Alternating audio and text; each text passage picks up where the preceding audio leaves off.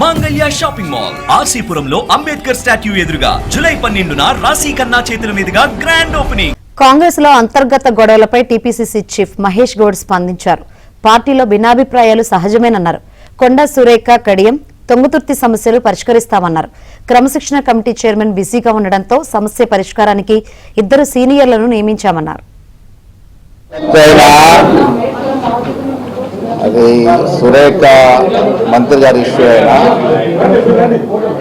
కాంగ్రెస్ పార్టీలో వ్యక్తుల మధ్య అప్పుడప్పుడు విభేదాలు వస్తాయి.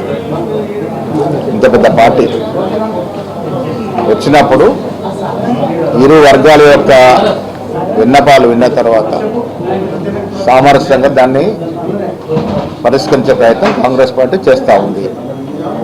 సురేఖ మేడం గారు చెప్పిన వాస్తవాలు విన్నాను. మిగతా వ్యక్తుల ద్వారా అక్కడ జరిగినటువంటి వాస్తవాలు కూడా తెలుసుకున్నాం.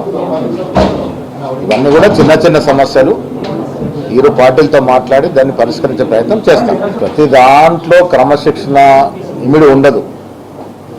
నేను గతంలో కూడా చెప్పాను, చాలా విషయాల్లో క్రమశిక్షణ అంటే సస్పెన్షన్లు డిస్మిస్లు కాదు. క్రమశిక్షణ కమిటీ ఈ 2 విషయాలు కాకుండా మిగతా విషయాలు చాలా ఆలోచించి నిర్ణయం తీసుకుంటారు.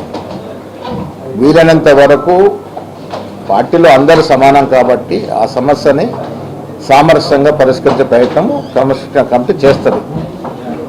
చైర్మన్ గారు క్రమశిక్షణ చైర్మన్ బిజీగా ఉన్నారు కాబట్టి ఈ విషయంలో 2 విషయాల్లో కూడా 2 సీనియర్ నాయకులకి ఆ బాధ్యత అప్పచెప్పాం.